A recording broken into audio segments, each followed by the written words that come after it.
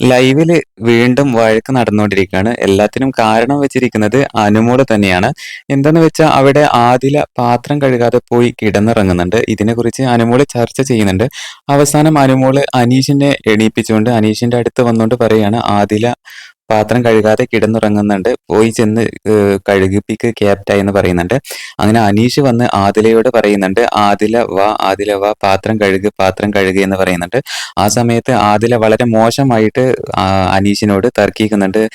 താൻ പോടോ മരവാഴെ എന്നൊക്കെ പറഞ്ഞുകൊണ്ട് താൻ വെറും വാഴയാണ് എന്നൊക്കെ പറഞ്ഞുകൊണ്ട് വളരെ മോശമായിട്ട് അനീഷിനോട് ആദില സംസാരിക്കുന്നുണ്ട്. എന്നിട്ട് പോലും അനീഷ് ആ ഒരു സ്റ്റാൻഡേർഡ് വിടാതെ ആദില വാ വന്ന് പാത്രം കഴുകുക എന്ന് പറയുന്നുണ്ട്.